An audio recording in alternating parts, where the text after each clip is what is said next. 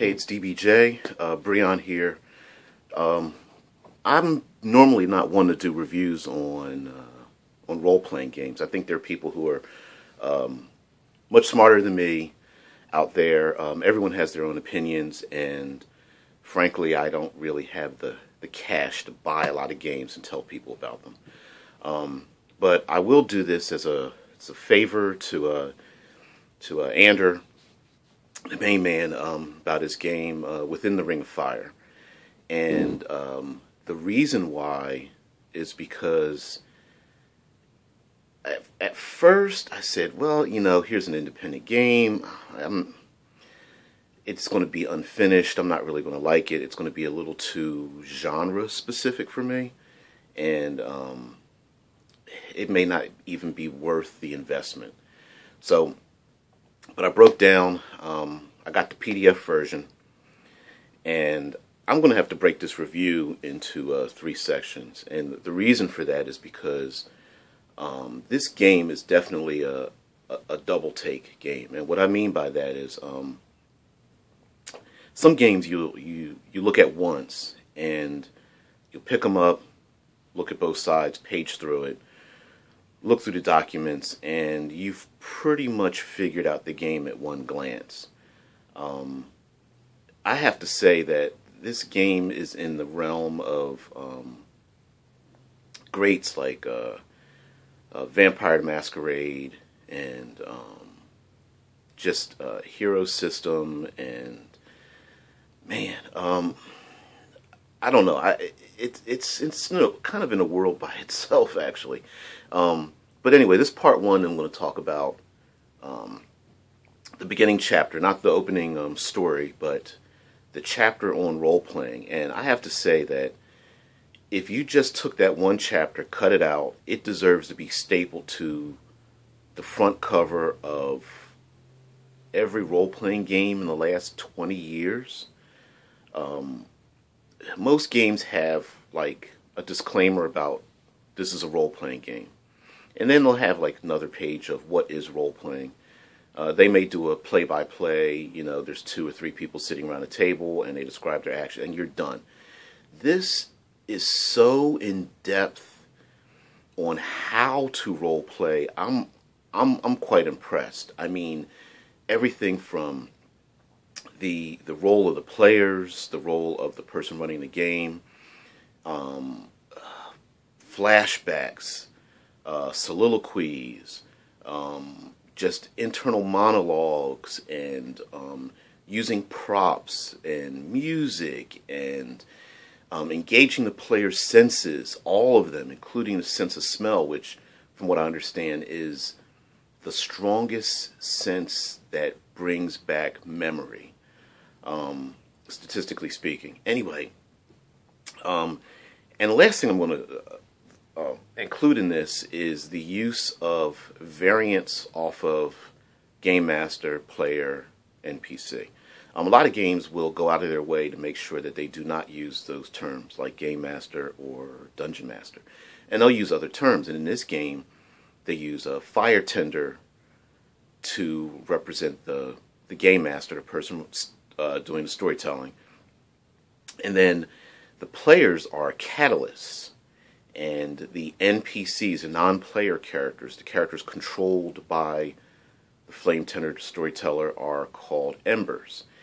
And normally this bugs me on most games because some games they try so hard to go out of their way to use different words to describe it that it kind of takes me out of the game. I have to say, those are absolutely perfect descriptors for this game. It's so evocative when I started reading that. Now, mind you, I don't normally do this, but I'll read a game flip through it from beginning to end just to see how it flows, where all the information's located, how it's organized, and just reading that just immersed me in the game of like it brings me. I'm not sure if he meant to do this, but it gives me images of Dark Suns is the closest imagery that I can get to it, meaning like this is a game of dark fantasy. His description of a immersive dark fantasy game is spot on. If you plan on buying this game and you are not interested in any of those descriptive words that are used to describe the game, you're going to make a mistake. This game very much makes you think of like a Bronze Age type of setting, where life is precious, and there is a good chance that you will die a horrible death. And I don't mean that the game is set up to be killer like a GURPS fantasy, but that your life and the lives of those around you are very valuable, and that there are many beings out there, factions and clans and political maneuverings that will make it extremely deadly, and these people do not care about your lives. One of the things, one last thing I will mention about how impressed I was about it. I'll bring up something, and I'm hoping I'm not giving too much away, but there's one section just on soliloquies, and the soliloquy basically instructs the flame tender, the storyteller, game master, to allow the spotlight to go to a particular player in a particular game. And a lot of times as players, we tend to think that if it's not written, it doesn't exist. And I've used this before in other games, but I like the fact that it is written down as a gaming mechanic and immersive element, because this allows players who are by themselves, who may not have had much impact in the story, or who may have committed acts in the story that other players may not understand or even feel were warranted, and allows the game master to just say, okay, everybody, all the lights dim down around everyone. We're going to put the spotlight on this one player, this moment, and it allows the player to describe it's an inner monologue.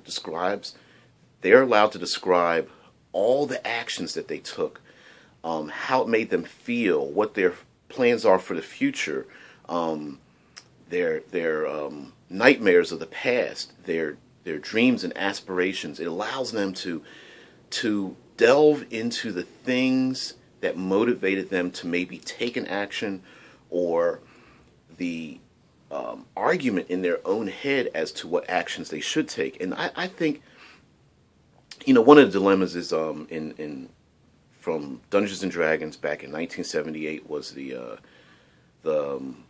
pregnant and children goblinoids. You go into the cave, you kill all the guys. There's always a room with the pregnant ladies and the little babies, and what do? And everyone's like, oh, you should kill them. No, I'm a good character, I should let them go. If you let them go, they're going to grow into to kill other people. What do? And usually it boils down to everyone's just completely detached and pragmatic. Well, I just kill them all and take the treasure and run. And the use of a soliloquy allows all the players to express their own motivations and their own feelings about it, and to add to the story. Maybe there was a character that decided to commit this action, and now they are feeling the repercussions of it emotionally and psychologically later in the game, or even before they commit that act.